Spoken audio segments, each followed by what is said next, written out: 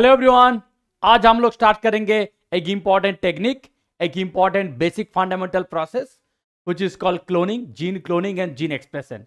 जी हाँ, जब हम लोग रिकॉम्बिनेंट डीएनए टेक्नोलॉजी का बात करते हैं या तो बायोटेक्नोलॉजी का बात करते हैं, then every talk will be in and around cloning and expression, right? So cloning and expression एक most important part होता है बायोटेक्नोलॉजी का, क्योंकि biotech begins with cloning and expression, isn't it? तो चलिए उसका पूरा फंडामेंटल डिटेल्स एक बार समझ लेते हैं, so that you will be able to answer all the questions related to cloning and expression, right? देखो, आज मैंने ऐसे किया कि आज जो टोटल जो सेशन होगा इसको टोटल 4 डिफरेंट सेशन में मैंने डिवाइड किया। पहले सेशन में हम लोग बात करेंगे approach of molecular cloning, cloning का अप्रोच क्या है, कैसे हम लोग क्लोनिंग करते हैं। Then will be dealing with cloning vectors, किस टाइप का किस टाइप वो जो वेक्टर्स है उसको हम लोग यूज करते हैं। Then will be dealing with gene expression, क्योंकि क्लोनिंग के बाद एक्सप्रेशन आता है। Next will be dealing with expression vectors. तो जिन लोगों के पास उतना आइडिया नहीं है कि what is the difference between cloning vector and expression vector, तो प्लीज वॉच दिस वीडियो, क्योंकि today we are going to talk about the scientific difference between cloning vectors versus expression vector, क्योंकि cloning का purpose अलग होता है, expression का purpose अलग होता है। ठीक है, तो चलिए शुरू करते हैं आज का टोटल सेशन। देखो, so cloning is basically what do mean by clone. Clone मतलब किसी जीन जो कि किसी दूसरा ऑर्गेनिज्म का हो, किसी दूसरा साइड से हो, किसी दूसरा डीएनए का हो, राइट? वो भी हो सकता है कि किसी ऑफ द सेम ऑर्गेनिज्म या तो from the different organism simply. So when you are introducing a piece of gene from a different source, it becomes a clone simply, right? अच्छा, तो जब आप इंट्रोड्यूस करोगे, जिसको हम लोग इंसर्ट बोलते हैं, introduce a foreign DNA fragment into a vector, ठीक है? तो यहाँ पे क्या होगा, अप्रोच क्या होना चाहिए? देखो, तो आप क्लोनिंग के लिए आपको क्या चाहिए? एक चाहिए carrier molecule which will carry your insert. So who will carry your insert? So for that we have chosen something called vector. So vector is a carrier DNA which will carry the DNA, right? Which will carry the DNA, and this is your insert. Right? अब देखो, तो क्या करना है, ये जो actual insert है, basically जहां से आएगा ये, यहां से मान लीजिए इसको आप डाइजेस्ट कर रहे हो, डाइजेस्ट करके ये अल्टीमेटली हो गया आपका gene of interest. And vector में होगा MCS region, multiple cloning site, जिसको बोलते हैं मल्टीपल क्लोनिंग साइट। ये मल्टीपल क्लोनिंग साइट है क्या? Multiple cloning site offers many restriction endonuclease so that you can digest this vector using any of these restriction sites. So let's say MCS मतलब multiple cloning site, it offers let's say EcoR1, Hint3, SAL1, okay, then BAMH1. So like that, okay. So देखो, आपका जो insert, आपका जो gene of interest या तो जो insert है उसको किसी जीन से आपको काट के लाना है, किसी डीएनए से काट के लाना है, राइट? तो यहाँ पे भी आपको रेस्ट्रिक्शन एंडोन्यूक्लियस 1, रेस्ट्रिक्शन एंडोन्यूक्लियस 2 देके उसको डाइजेस्ट करना है, दोनों साइड में डाइजेस्ट करना है। एंड वेक्टर में भी जो MCS रीजन है, यहाँ पे किसी 2 रेस्ट्रिक्शन साइड आपको चूज करना है। सो वेक्टर भी ओपन हो जाएगा, राइट? वेक्टर भी ओपन हो जाएगा, एंड जीन को आप काट के ला रहे हो किसी इंसर्ट, अब दोनों को आपको लाइगेट करना है, राइट? देखो, सिंपल प्रोसेस है। तो वेक्टर को आप डाइजेस्ट करके ला रहे हो, एंड आपका जो जीन है वो भी आप डाइजेस्ट करके ला रहे हो, and you will ligate it. Understood? अब देखो, ये जो लाइगेशन है, जो लाइगेशन स्टेप है, मतलब ओपन वेक्टर एंड आपका जो लीनियर वाला जो डीएनए है, जो इंसर्ट है, इसको जब लाइगेट करोगे, लाइगेशन के टाइम पे स्टिकी एंड होने से लाइगेशन थोड़ा अच्छा होता है, राइट? स्टिकी एंड मतलब क्या? एक ओवरहैंग होना चाहिए। स्टिकी एंड मतलब ओवरहैंग, राइट? ओवरहैंग, देखो ऐसे इसको बोलते हैं ओवरहैंग। अगर ऐसे करोगे, this is blunt and, this is blunt end, this is blunt end, and this is sticky end, this is sticky end, ठीक है? this is sticky end, this is blunt end, okay? अच्छा देखो, तो ऐसे जो लाइगेट हो जाएगा, this will become recombinant DNA और रिकम्बिनेंट प्लाज्मिड। आप इसको बोल सकते हो रिकम्बिनेंट डीएनए या तो रिकम्बिनेंट प्लाज्मिड, राइट? बहुत सिंपल है। बट यहाँ पे एक चीज समझ में प्लीज कीप इन माइंड, अगर ये जो आप जो रेस्ट्रिक्शन साइट देकर आप इसको डाइजेस्ट कर रहे हो, मान लीजिए कि यहाँ पे एक ऐसा रेस्ट्रिक्शन साइट आपने चूज कर लिया जो कि ब्लंट एंड कटर है, जो कि स्टिकी एंड प्रोड्यूसर नहीं है, ब्लंट एंड कटर है। तो अगर वो ब्लंट एंड कटर है तो क्या होगा, ब्लंट एंड कटर में तो आप ब्लंट एंड के साथ किसी और एक दूसरा ब्लंट एंड को जो लाइगेट करोगे, there will be problem in the ligation. तो इस प्रॉब्लम को ओवरकम करने के लिए हम लोग क्या यूज करते हैं, इस प्रॉब्लम को ओवरकम करने के लिए हम लोग यूज करते हैं एडेप्टर या तो लिंकर। ठीक है, सो लिंकर एडेप्टर हम लोग यूज करते हैं ताकि जो अगर आप ब्लंट एंड को लाइगेट करने की कोशिश करो, देन एडेप्टर और linker will help you in the ligation process. ठीक है, बट अगर आपके पास स्टिकी एंड प्रोड्यूसर हो रहा है तो इजीली लाइगेट हो जाएगा, कोई प्रॉब्लम नहीं। ठीक है, अंडरस्टूड। सो फिर से बोल रहा हूं, अगर यहाँ पे स्टिकी एंड प्रोड्यूस हो रहा है तो you can easily ligate it, क्योंकि they will have binding complementarity. And अगर यहाँ पे ब्लंट एंड हो रहे हैं, then you have to use adapter और linker so that they will help in the ligation process. ठीक है, ओके। अच्छा, जैसे ही वो रिकम्बिनेंट हो जाएगा, then what will be the next step? Next step will be of course the transformation. Of course the transformation मतलब transfer of the recombinant DNA into a bacterial cell. Okay, into a bacterial cell. तो अब जब इसको transfer कर रहे हो, transfer method क्या क्या हो सकता है? देखो, ट्रांसफर मेथड काफी सारा है, यहाँ पे मैंने टोटल 4 मेथड के बारे में बात करूंगा। फर्स्ट है ट्रांसफॉर्मेशन, सिंपल ट्रांसफॉर्मेशन। ये जो नॉर्मल ट्रांसफॉर्मेशन है, जो नॉर्मल जो ट्रांसफॉर्मेशन है, इसका एक स्टैंडर्ड प्रोटोकॉल है। क्या स्टैंडर्ड प्रोटोकॉल है? देखो, क्या करेंगे आप, ये जो सेल मेम्ब्रेन है, उसको आप हीट शॉक दोगे 42 डिग्री सेंटीग्रेड में फॉर 45 सेकेंड, या तो 37 डिग्री फॉर 90 सेकेंड। तो क्या करोगे, अगर देखो आपका टारगेट क्या है, ट्राई टू अंडरस्टैंड, आपका टारगेट क्या है? इसका अंदर डीएनए या तो जीन ऑफ इंटरेस्ट इसको इंसर्ट कराना है, राइट? इसको इंसर्ट कराना है। तो अगर इसका अंदर लाना है तो क्या करना है? देखो क्या करना है, आप इसको, ये जो सेल है, बैक्टीरियल सेल है, इसको आप हीट शॉक दे दो at 42 degree centigrade for 45 second. जब ऐसे ट्रीट करोगे देन क्या होगा, यहाँ पे जो इसका जो पोर है that will be open, bacterial pore will be open, मतलब मेम्ब्रेन का जो पोर है दैट विल बी ओपन। जैसे देखो, transient pores are created in the cell membrane. तो जैसे पोर ओपन हो जाएगा, then the DNA will go inside, okay, which will allows the DNA to enter the cell and transform it. Understood? तो ये जो temperature and time जो दिया हुआ है ना, this is so specific and perfect. ऐसा ही होता है, या तो आप अगर आप 42 डिग्री सेंटीग्रेड यूज करो तो 42 डिग्री सेंटीग्रेड का 45 सेकंड, अगर आप 37 डिग्री यूज करो तो 90 second. Okay, so this is very specific and हम लोग ऐसे यूज करते हैं for chemical transformation. This actually comes under chemical transformation. Okay, अच्छा, और एक दूसरा प्रोसेस है जिसका एक्चुअली नाम है इलेक्ट्रोपोरेशन। यहाँ पे हम लोग इलेक्ट्रिकल पल्स यूज करते हैं। देखो, यहाँ पे हम लोग क्या करते हैं, electrical pulse. During electroporation the cells are subjected to a brief electrical pulse that create transient microscopic pores in the cell membrane that allow the foreign DNA to enter into the cell. Understood? So basically यहाँ पे हम लोग क्या करते हैं, this is chemical transformation, this is chemical transformation, this is electrical,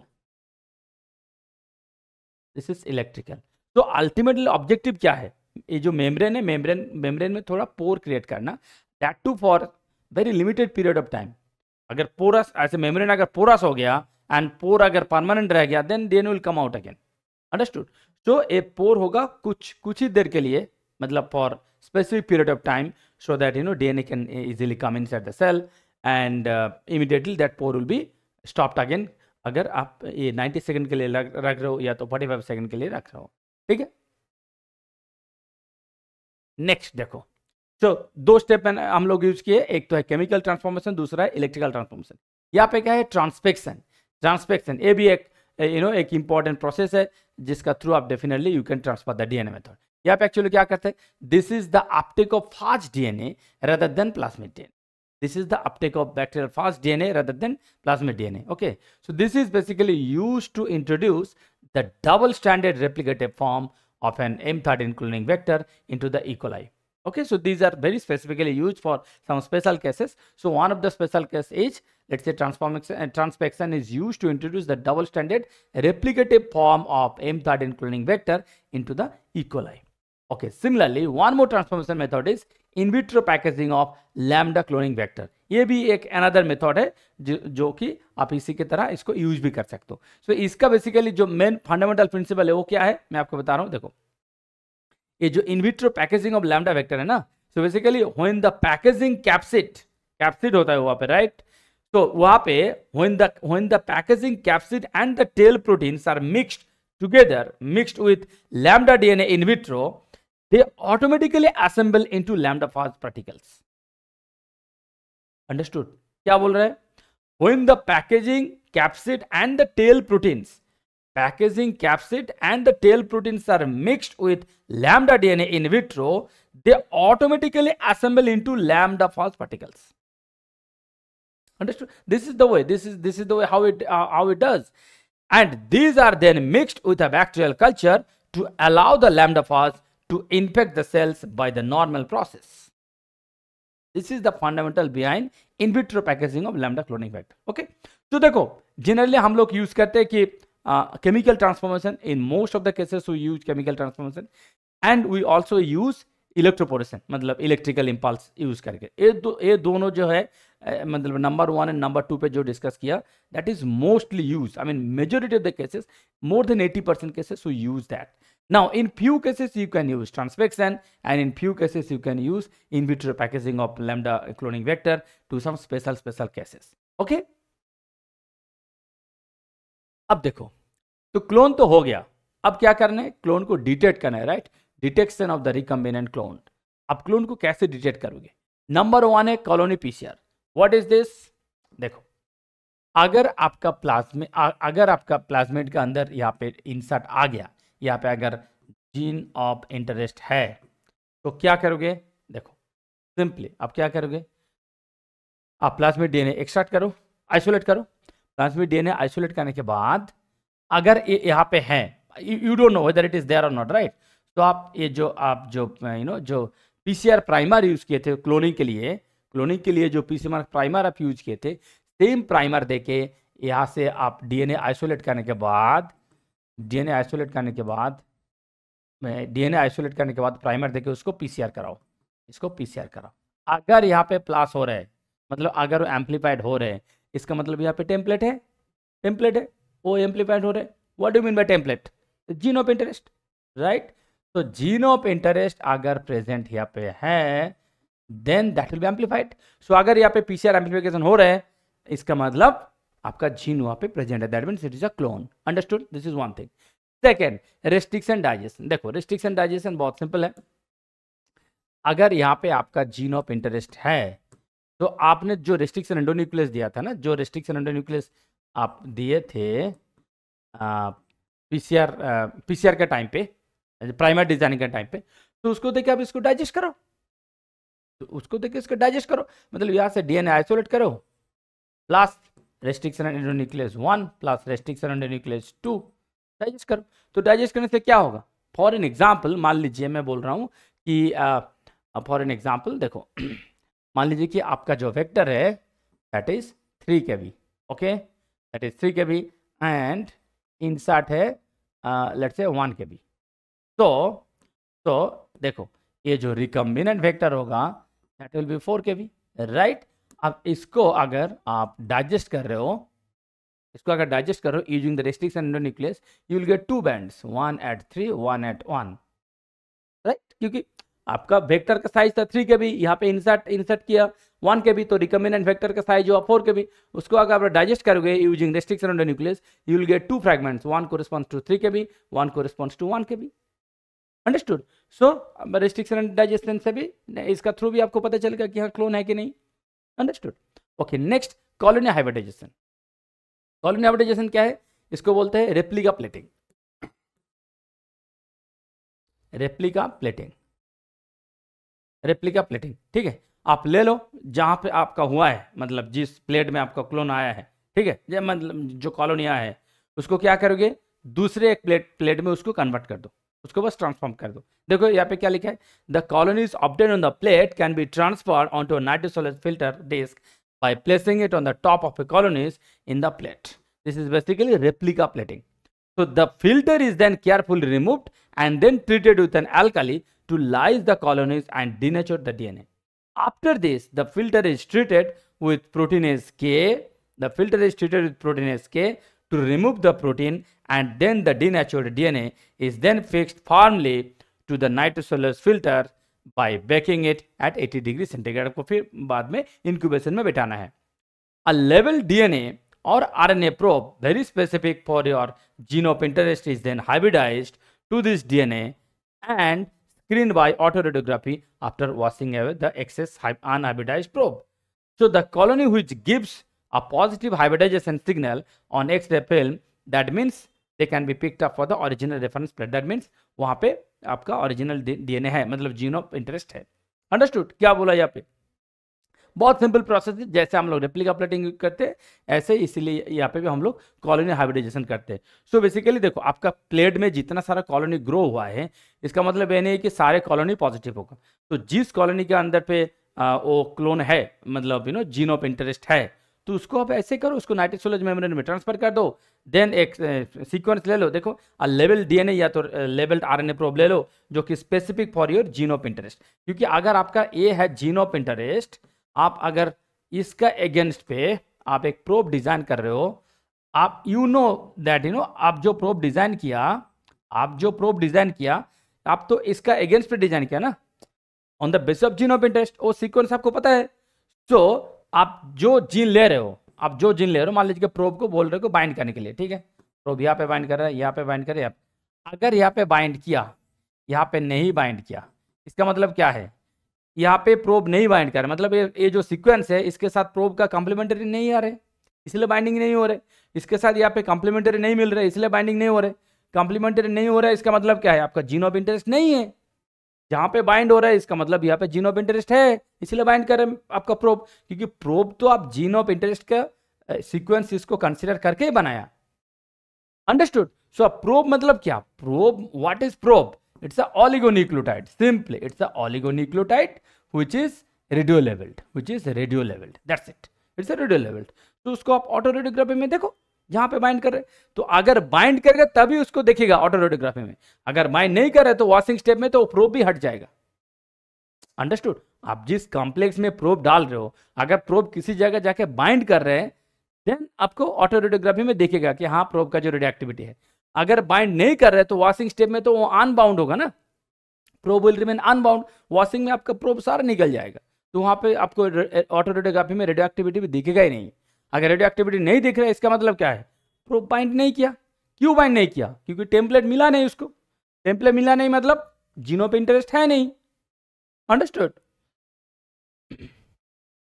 next, जो last and जो final confirmation है, that is of course DNA sequencing. क्योंकि देखो, अभी तक हम लोग जो बात करें ना, ये सिर्फ on the basis of size, ये भी साइज के बेसिस पे बात कर रहे हैं, ये भी साइज के बेसिस पे। कॉलोनी हाइब्रिडाइजेशन साइज के बेसिस पे नहीं, ऑफ कोर्स ये सीक्वेंस के बेसिस पे चलेगा, नहीं तो प्रोब बाइंड ही नहीं करेगा, राइट?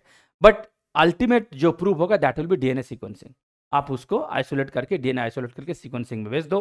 अगर जीन ऑफ इंटरेस्ट है, so that will be found through DNA sequencing. Okay, so DNA sequencing should be the ultimate confirmation for your insert. अच्छा, यहाँ पे एक one of the most important technique हम लोग यूज करते हैं, जिसका नाम है ब्लू व्हाइट स्क्रीनिंग। देखो, यहाँ पे फंडा बहुत सिंपल है, आपको मैं समझा रहा हूँ। ये आपका प्लाज्मिड वेक्टर, ठीक है, ये आपका plasmid vector. I am sure आपको अभी एक चीज पता चल गया कि अगर वेक्टर को मतलब या तो प्लाज्मिड को आपको अगर डाइजेस्ट करना है, अगर प्लाज्मिड को डाइजेस्ट करना है, you have to have restriction on the nucleus site, otherwise you can not digest it. Nucleus देके आप डाइजेस्ट कर सकते हो definitely, but that will not be specific digestion, random digestion हो जाएगा। न्यूक्लियस देके अगर डाइजेस्ट करोगे तो DNA will be totally digested randomly, you will have no control over the digestion. अगर आप कंट्रोल डाइजेशन करना चाहते हो कि आप जहां चाहते हो वहीं पे डाइजेशन हो, then you have to have restriction endonuclease. Understood? क्योंकि अगर विदाउट restriction endonuclease में आप वेक्टर को सिंपली डाइजेस्ट करो using nucleus, then your entire vector will be totally damaged, means it will be totally digested, entirely digested. Okay, तो उससे कुछ फायदा नहीं होगा. तो यहाँ पे हम लोग क्या करेंगे, ये जो ब्लू वाला पार्ट है, आप देखो ये जो ब्लू वाला पार्ट है, ये जो ब्लू वाला है, ये ब्लू वाला एक्चुअली है क्या, this is LAC-Z. This is LAC-Z, a gene sequence है, LAC-Z gene sequence which will actually encode beta galactosidase. Understood, ये है बीटा गैलेक्टोसाइडेस. तो ये जो ब्लू कलर वाला सीक्वेंस है, this is basically LAC-Z which will encode beta galactosidase enzyme. Okay, अच्छा, इसके अंदर एक आप ऐसे व्हाइट लाइन देख रहे हो. What is that white line? This is MCS. This is MCS मतलब आप इसको डाइजेस्ट कर पाओगे. यहाँ पे रेस्ट्रिक्शन साइट है, इसका थ्रू इसको आप डाइजेस्ट कर पाओगे. अंडरस्टूड. सो वो जो रेस्ट्रिक्शन साइट है that is following with in the LAC-Z gene sequence, with in the gene sequence. अब यहाँ पे आपका फॉरेन DNA, तो इस DNA को अगर आप यहाँ पे इंट्रोड्यूस करना चाहोगे तो कहाँ आपको डाइजेस्ट करना है? MCS में डाइजेस्ट करना है. अब देखो, जैसे आप MCS में इसको डाइजेस्ट करके ये फॉरेन DNA यहाँ पे इंसर्ट किया, देन क्या हो जाएगा? देन LAC-Z सीक्वेंस इंटरप्टेड हो जाएगा. मतलब what do mean bye interrupted? देखो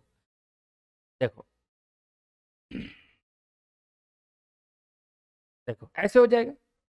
LAC-Z का एक पार्ट इधर है, LAC-Z का दूसरा पार्ट इधर है, एंड बीच में आपका फॉरेन DNA मतलब जीन ऑफ इंटरेस्ट. तो अगर ऐसे पूरा LAC-Z का सीक्वेंस इंटरप्ट हो गया, then it will not encode beta galactosidase. Understood. Who will encode beta galactosidase? अगर सीक्वेंस ऐसे हुआ, this will encode, but this will not encode. Understood. क्योंकि सीक्वेंस इंटरप्टेड हो गया. समझ में आ रहा है? ये सीक्वेंस इंटरप्टेड है, this sequence is not interrupted. Okay, so जब फॉरेन DNA आ गया, मतलब जब क्लोन हो गया, देन क्या होगा? Beta galactosidase will not be formed. Understood. अगर फॉरेन DNA नहीं गया, then beta galactosidase will be formed. क्यों? क्योंकि आपका जो LAC-Z वाला जो जीन है that will remain intact. Understood, समझ में आया? अब देखो, अब हम लोग क्या करते हैं, यहाँ पे एक सबस्ट्रेट लेते हैं जिसका नाम है X-gal. ठीक है, एक सबस्ट्रेट लेते हैं जिसका नाम है X-gal. ये बेसिकली ट्रांसपेरेंट है. ठीक है, ट्रांसपेरेंट मतलब यू कैन से व्हाइट. अच्छा, ये जो सबस्ट्रेट है जिसका नाम है X-gal, यहाँ पे अगर बीटा गैलेक्टोसाइडेस दे दिया,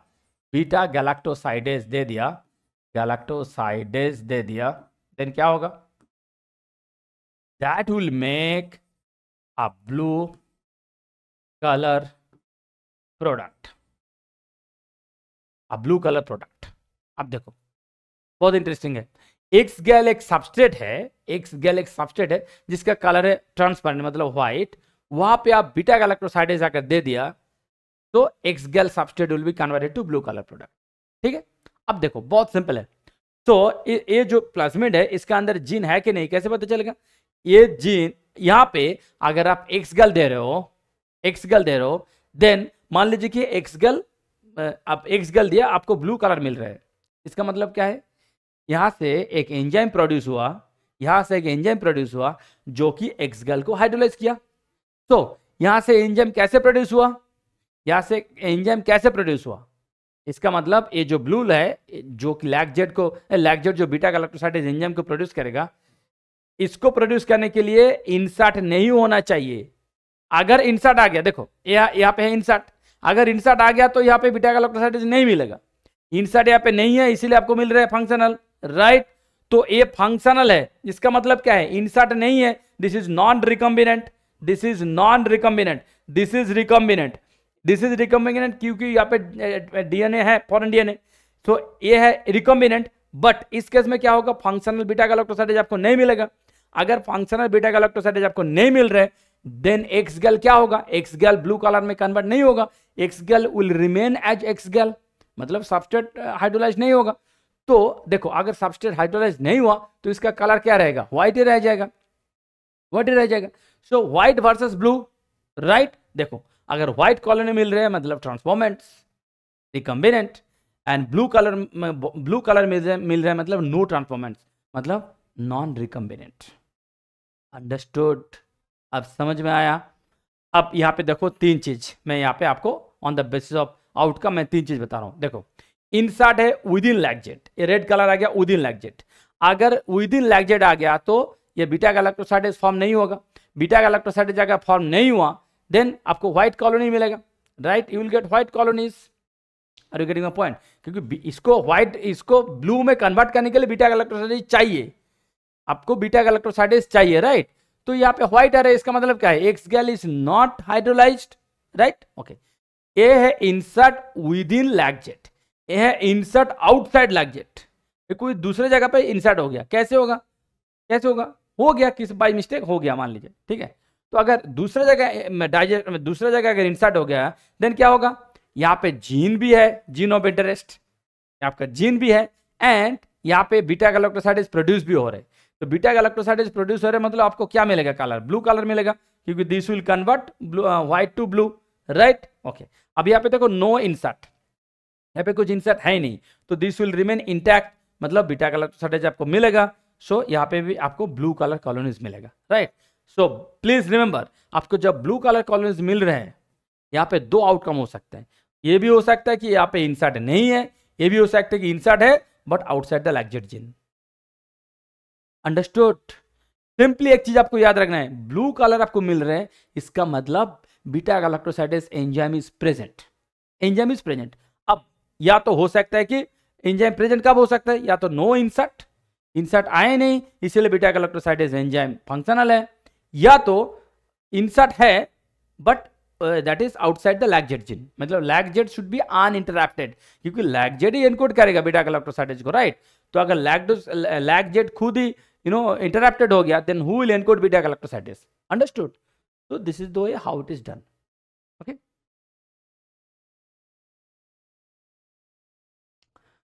या सो देखो, अब मैं science of blue white screening मतलब कैसे चेंज होता है कलर मैं आपको बता रहा हूं। ये जो एक्स गैल है, this is basically what? This is basically 5 bromo 4 chloro 3 indolyl beta D galacto pyranoside, इतना बड़ा नाम है एक्स गैल का, ठीक है। तो इसको जो बीटा गैलेक्टोसाइड है जब इसको कन्वर्ट करेगा ब्लू कलर प्रोडक्ट में, what is that blue colour product? This is basically 5,5 dibromo 4,4 dichloro Indigo, okay. So please note it down, 5,5 dibromo 4,4 dichloro Indigo, this is basically blue colour product, okay. अच्छा, अब हम लोग क्या बात करेंगे? कुछ selected cloning vectors के बारे में बात करेंगे, ठीक है, कुछ सिलेक्टेड क्लोनिंग वेक्टर के बारे में बात करेंगे। अच्छा, तो वेक्टर एक्चुअली है क्या? Vector is basically a molecule which can replicate inside a host cell and it produce many copies of itself, which can produce many copies of itself. It's basically a carrier DNA. Vectors are used to transport the inserted gene of interest into a host cell and it can replicate as the insert itself cannot replicate on its own, okay. So this is the simple definition of a vector, which is used as carrier molecule of DNA which helps in the DNA transformation process, right? तो हम लोग इसको vector बोलते हैं। अब vector बहुत type of vector होता है, plasmid, cosmid, phasmid, lambda phage, there are so many, phage vector, there are so many type of vectors are there, right. अब देखो कि what are the characteristics features of a cloning vectors. देखो normally क्या है, it must be a small, it must be small, इसका size होगा less than 10 kb। Vectors with small size are easier to manipulate and have better transformation efficiency, okay. It must have a multiple cloning site containing unirestriction endonuclease for insertion of foreign DNA.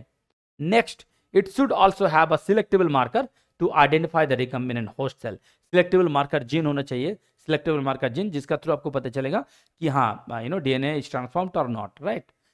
अच्छा, so ये जो selectable marker gene है, basically हम लोग इसमें क्या रखते हैं, एंटीबायोटिक रेजिस्टेंस जीन रखते हैं। यहाँ पे बेसिकली एंटीबायोटिक रेजिस्टेंस जीन रख देते हैं, so that will help us to know whether the gene is introduced और नॉट, ओके। बहुत सारे आपको रेजिस्टेंस जीन मिलेगा, एम्पिसिलिन रेजिस्टेंस जीन है, टेट्रासाइक्लिन रेजिस्टेंस जीन है, देन कैनामाइसिन रेजिस्टेंस जीन है, so they will grow in presence of kanamycin, they will grow in presence of tetracycline, like that, okay. चलो अब मैं कुछ क्लोनिंग वेक्टर के मैं एग्जांपल दे रहा हूँ, plasmid, bacteriophage, cosmid, bacterial artificial chromosome, like that there are so many, okay. Yeast artificial chromosome, there are so many types of cloning vectors are available. अब ये जो जितना सारा क्लोनिंग वेक्टर है, ये क्लोनिंग वेक्टर किसका ऊपर डिपेंड करते हैं? On the basis of insert capacity, on the basis of insert size. देखो इंसर्ट साइज जैसे होगा आप अकॉर्डिंगली वो वेक्टर को आप चूज करोगे। I will give an example simply. देखो मान लीजिए आप किसी सिटी में हो, आपका आप किसी दूसरे सिटी में रिलोकेट करोगे, ठीक है, आप किसी दूसरे सिटी में रिलोकेट करोगे, तो आपके पास जितना बिलोंगिंग्स है based on that you will hire some vehicle. मान लीजिए कि आपके पास बहुत कम चीज़ें किसी दूसरे जगह ट्रांसफर करने के लिए, राइट, तो आप कैसे जाओगे? आप खुद ही ट्रॉली बैग में लेके पैक करके चले जाओ, राइट। अच्छा, अगर थोड़ा ज़्यादा है तो आप क्या कर सकते हो? देन आपको कुछ पैकर्स एंड मूवर्स का कुछ छोटा गाड़ी है वो आपको बुक करना पड़ेगा। अगर आपके पास और भी ज़्यादा सामान है तो और बड़ा गाड़ी आपको बुक करना पड़ेगा, राइट। तो आप ये जो चीज़ आप जो बुक कर रहे हो, मतलब कैरी करने के लिए आपका बेस्ड ऑन द सामान साइज, मतलब based on the belonging size you will be hiring some vehicles, right. तो अगर आपका बिलोंगिंग्स कम है तो छोटा गाड़ी बुक करो, अगर बिलोंगिंग ज्यादा है तो आप बड़ा गाड़ी बुक करो, राइट, एग्जैक्टली।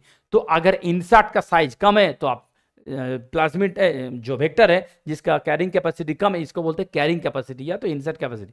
तो जिसका साइज कम है तो वो वाला वेक्टर ले लो जिसका कैरिंग कैपेसिटी कम है, राइट।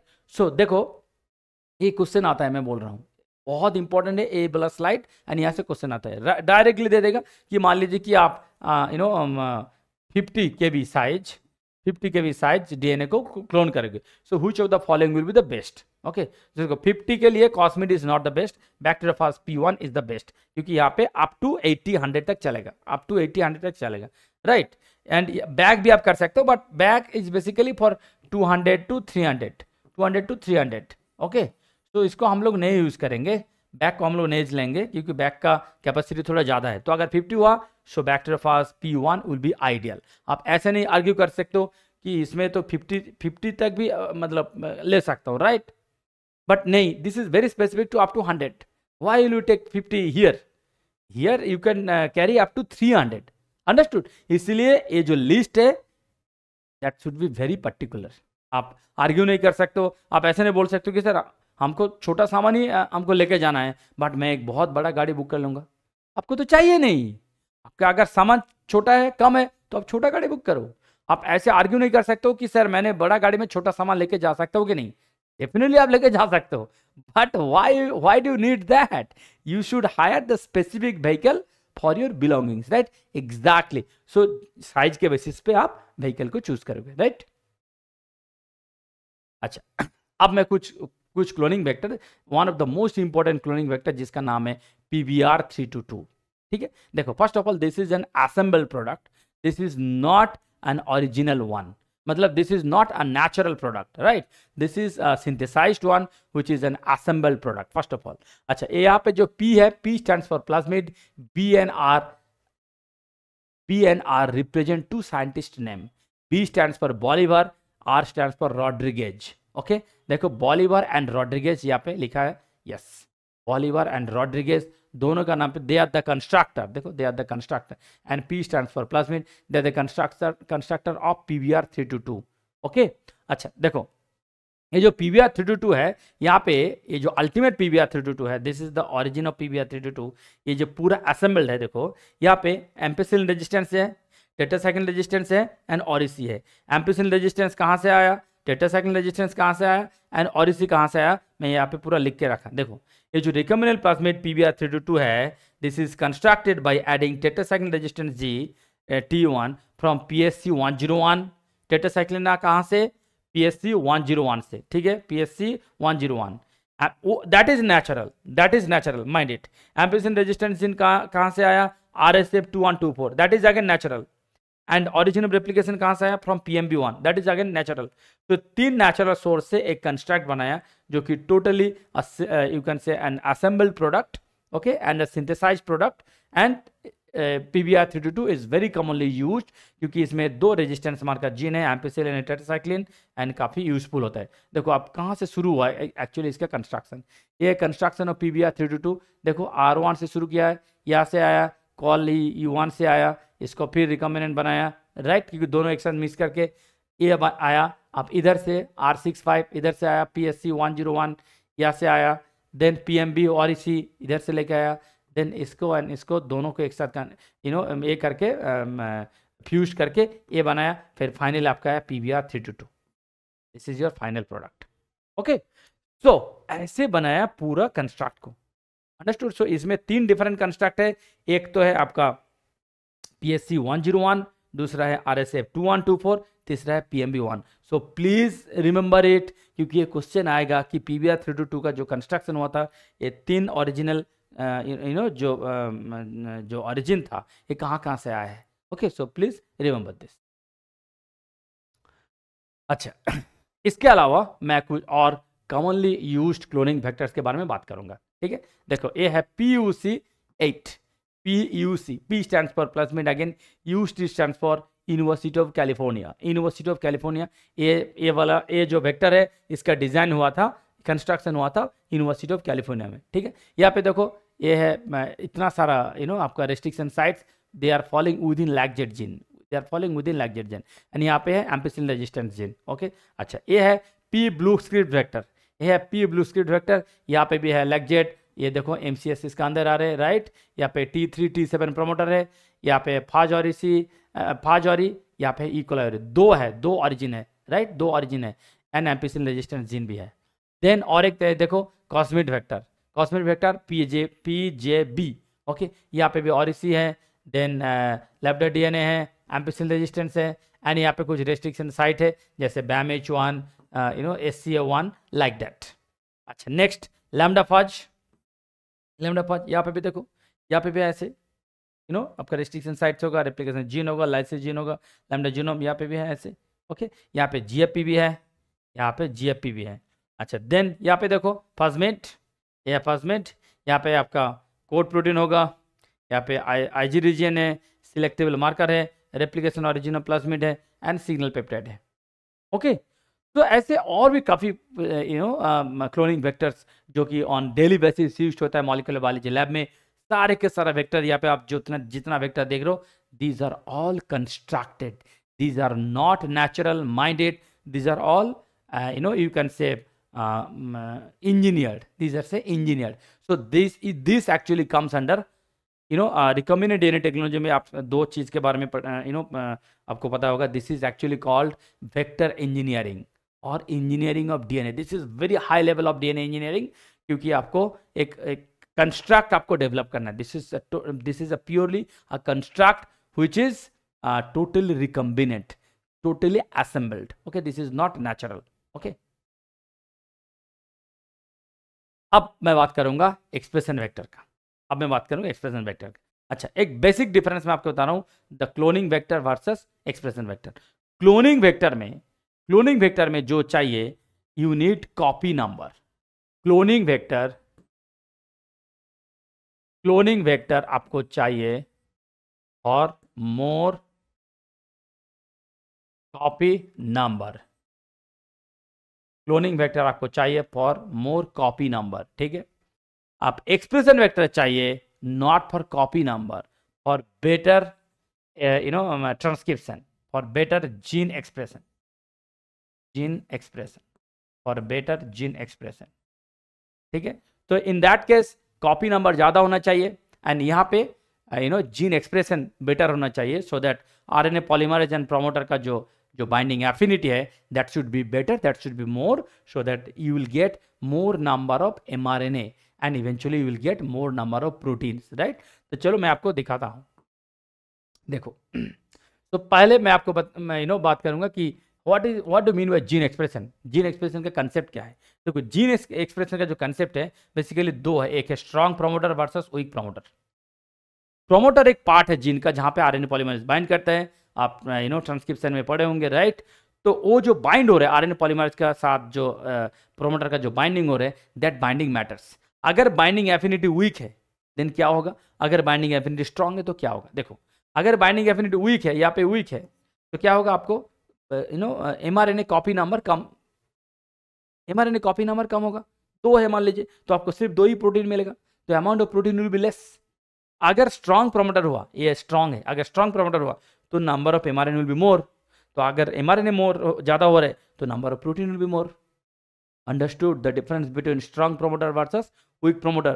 सिर्फ प्रोमोटर होने से नहीं चलेगा, RNA पॉलीमरेज के साथ प्रोमोटर का इंटरेक्शन भी मैटर करता है, right. So that's why we divide strong promoter versus week promoter. Understood? अब देखो, तो जो वेक्टर हम लोग लेते हैं एक्सप्रेशन के लिए, हम लोग जो वेक्टर लेते हैं वहां पे जो प्रमोटर होगा, that promoter should have high affinity towards RNA polymerase. That's why we choose a different vector for expression. We choose a simple vector for cloning purpose, only for cloning. But जैसे हम लोग उसको expression study करेंगे, protein production study करेंगे, then will transform again from your cloning vector to expression vector, will transform it. Okay, अब देखो यहाँ पे क्या क्या होना चाहिए. बेसिकली यहाँ पे देखो क्या लिखा है, components of an expression vector. क्या क्या कंपोनेंट होना चाहिए? जो नॉर्मल जो चीज है वो तो होना चाहिए. In addition to that, I mean you should have replication origin, polylinker, मतलब MCS region, selective marker, promoter, operator, ribosomal binding site, gene encoding repressor, everything. Okay, देखो सारे के सारा चीज, and most importantly transcription, termination, sequence, सब कुछ यहाँ पे होना चाहिए.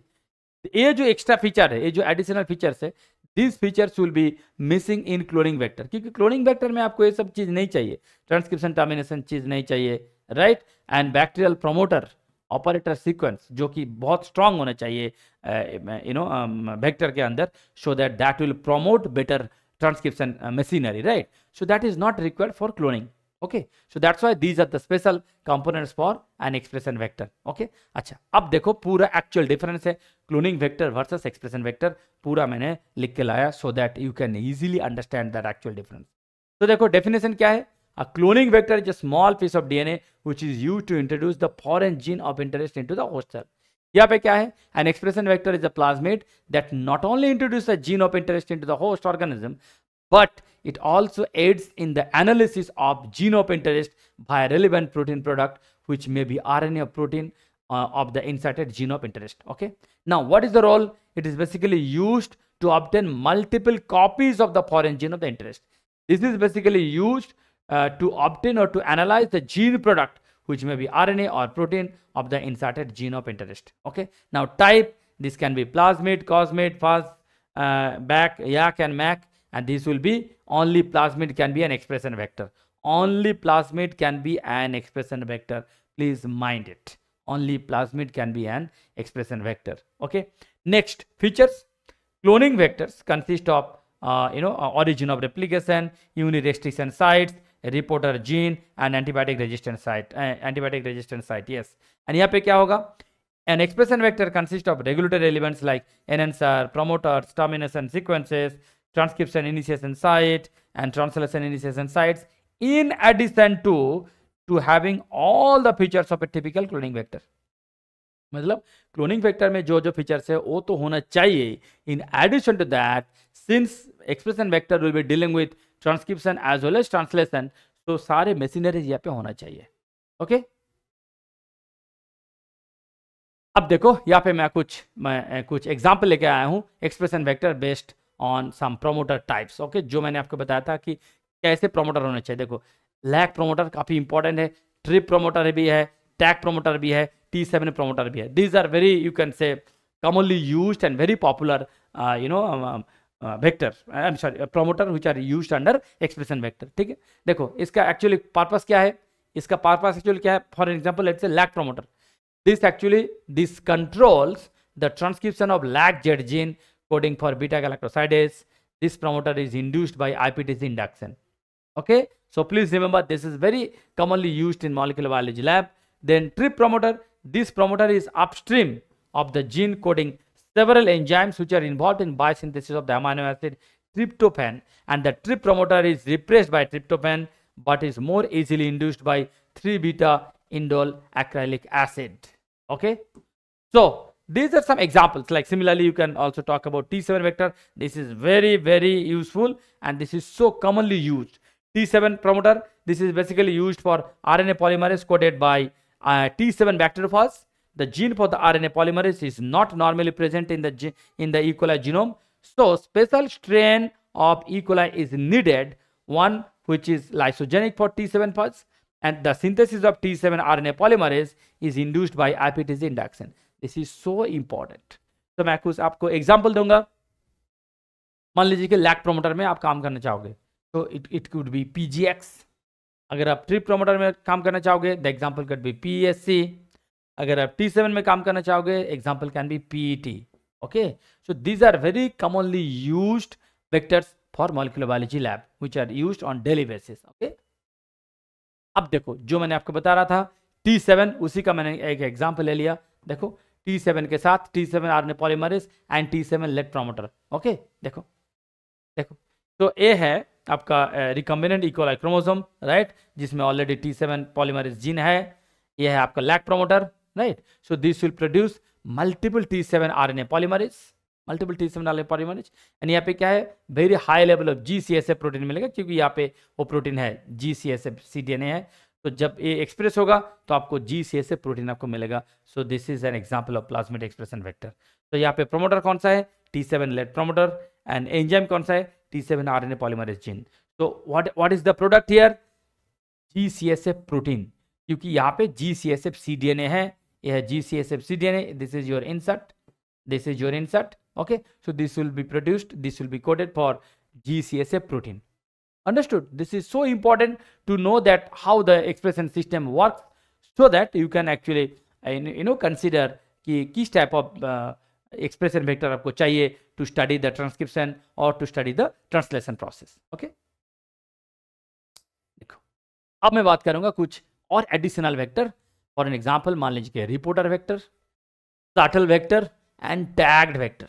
हर एक का पर्पस अलग अलग है, हर एक का पर्पस अलग अलग है. देखो रिपोर्टर वेक्टर का क्या काम है, रिपोर्ट करना कि हाँ जीन ट्रांसफॉर्म हुआ है कि नहीं, सिंपली रिपोर्ट करना. देखो as a reporter, so whose expression can be easily visualized and measured for an example some enzymatic gene, fluorescent molecule, luminescent protein coding genes and selective marker genes, सारे चीज will come under reporter gene. Okay, so for an example हम लोग जो LAC-Z का बात कर रहे थे ना, तब से LAC-Z gene can be considered as a reporter molecule, can be considered as reporter molecule. जैसे हम लोग किए थे ब्लू हार्ट स्क्रीनिंग में, देखा LAC-Z gene blue heart screening में कि बीटा गैलेक्टोसाइड अगर प्रोड्यूस हो रहे, इसका मतलब वहाँ पे जीन ऑफ इंटरेस्ट आया नहीं. This is non recombinant, right.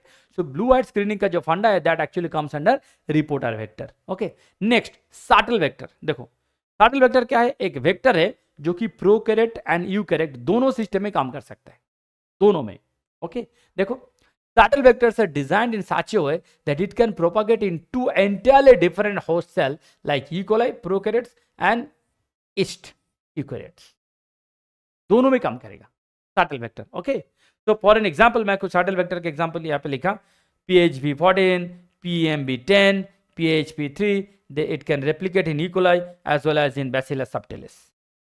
Another shuttle vector, for an example PJDB219, it replicates in E. coli and E. coli, in yeast and E. coli, and YAP13 replicated in Saccharomyces cerevisiae and E. coli. Okay, so these are some example of course. And shuttle vector मतलब दोनों में काम करेगा, prokaryotes and eukaryotes.